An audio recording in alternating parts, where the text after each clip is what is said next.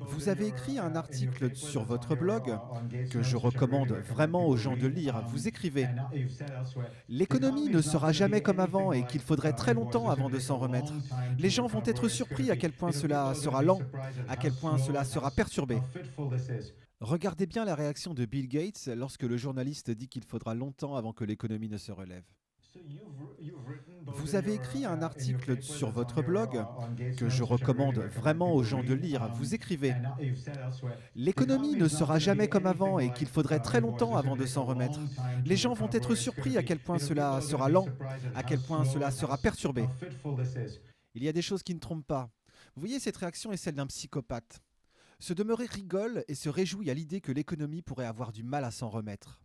Ce petit crétin, à qui nos médias tendent le micro, n'arrive même pas à cacher sa joie extrême, alors que ça fait maintenant presque 2 mois que le monde est assigné à résidence et que notre économie est en train d'être détruite. Pensez-y, une économie agonisante n'est pas sans conséquences. Ce sont des familles, des jeunes désespérés, des personnes âgées au bord de la rupture. Ce sont des sans-abri, des parents isolés qui chaque jour sont poussés de plus en plus vers la misère. Ce sont des suicides, de pauvres âmes pour qui la vie est devenue insoutenable. Qui, à part un psychopathe, pourrait se réjouir d'une telle situation? Je vous laisse y réfléchir. Mais j'ai d'autres questions. Comment se fait-il que Bill Gates soit soudainement devenu la personne qui déciderait du sort de l'humanité? Pourquoi ferait-on confiance à un individu, si riche soit-il, qui n'a même pas été fichu de protéger son système d'exploitation de virus virtuels?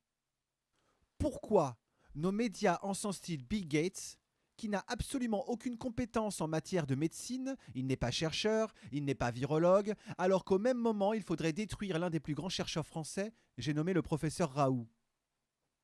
Pourquoi les médias, les journalistes collaborent-ils autant avec l'ennemi? Pourquoi feignent-ils de ne pas comprendre? J'aimerais passer un message aux journalistes et aux rédactions. Sentez-vous la colère qui monte?